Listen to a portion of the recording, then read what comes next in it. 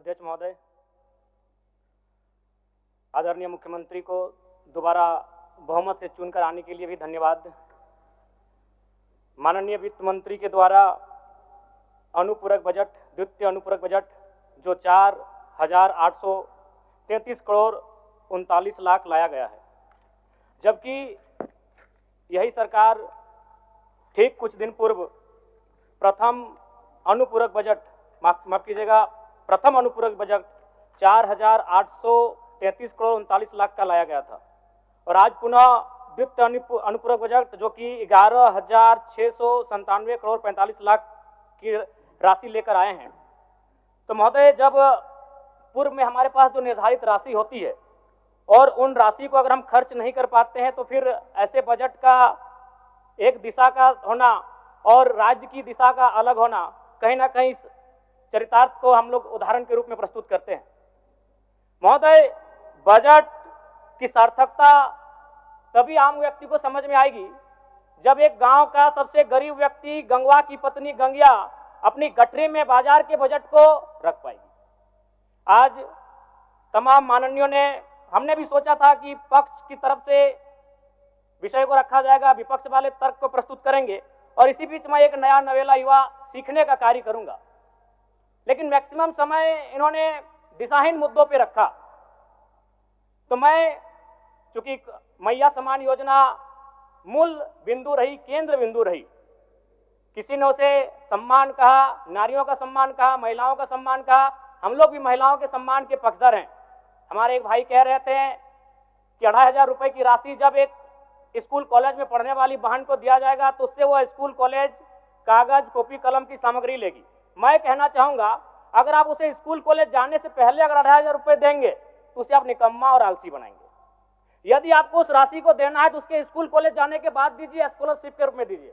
मैं आज पुनः कहूंगा, क्योंकि आप सत्ता पक्ष में हैं, आप संभवतः अपने इस विषय को बचाएंगे, आप अपना पक्ष रखेंगे कि आपने मैया सम्मान योजना एक महान कार्य किया है, लेकिन मैं फिर कहूंगा 18 साल, 25 साल, 30 साल की लड़कियों को जो आप फ्री में 2,500 रुपए दे रहे हैं, आप उनकी प्रतिभा को हनन कर रहे हैं, आप उनकी प्रतिभा को नकारात्मक दिशा में ले जाने कार्य कर रहे हैं। महोदय, मैं इसे से आप स्कॉलरशिप का रूप दीजिए।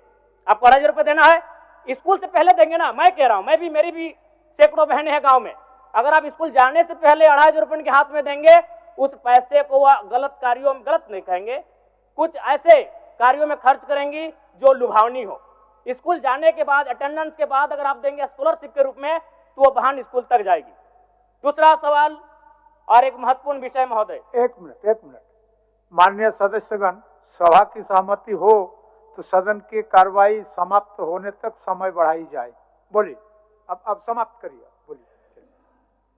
महोदय, यदि वास्तव में मैया सम्मान की राशि 2,500 रुपए सम्मान है तो मैं चाहूंगा हम लोग एक सार्थक दिशा में बढ़िया। महोदय, आज जितने भी माननीय हैं उनको बस की सुविधा दी जाए, जितने भी माननीय हैं अपने घर से ट्रेन की सुविधा से सदन आए, जितने भी माननीय हैं वो अपना टीए भत्ता का त्याग करे, जितने भी माननीय हैं यह जांच हो कि उनके बच्चे सरकारी स्कूलों में पढ़ते हैं या गैर सरकारी स्कूलों में पढ़ते हैं, निजी स्कूलों में पढ़ते हैं, इस विषय का भी जांच हो। अगर उसमें अगर कसौटी में उतरते हैं, हम कहेंगे ये मैया सम्मान योजना है, और नहीं तो इसे केवल और केवल जिस सपने के साथ ये राज्य अलग हुआ था वो सपना कहीं ना कहीं अधूरा होगा। महोदय, 2,500 रुपया सम्मान की कसौटी नहीं होगा। सम्मान तभी होता है जब समानता से आता है, समानता है तभी सम्मान है। अगर समानता नहीं है महोदय तो किस सम्मान की आप बात करते हैं? महोदय, मैं पुनः इस चीज कहना चाहूंगा। महोदय, 30 सेकंड 45 सेकंड का समय चाहूंगा। आदरणीय परम श्रद्धेय, सीजीएल का मामला अभी भी गर्म है। यदि सरकार को लग रहा है वो सच्चे हैं तो सांच को आंच क्या करा लीजिए जांच, सांच को आंच क्या करा लीजिए जांच। और अब कब तक बहाना दीजिएगा कि ये विपक्ष की साजिश है? विपक्ष के सारे पे छात्र सड़कों पे नहीं है, सपने टूट रहे हैं, सपने नेशनल नाबूद हो रहे हैं, इसीलिए छात्र सड़कों पर है। और याद रखिएगा, उनके सपनों के बीच कोई आएगा, पहाड़ आए, दरिया आए या चट्टान आए, छात्र टकराएंगे। महोदय, मैं फिर कहूंगा, यदि आप सच हैं तो सच को आंच क्या कराइए जांच, सीजीएल की जांच हो। मैं पुनः कहूंगा, खतियान आधारित स्थानीय नीति, विस्थापन नीति पुनः समीक्षा करते हुए लागू कैसे हो उस दिशा में इस एक राज्य को मिनट, बढ़ना एक चाहिए।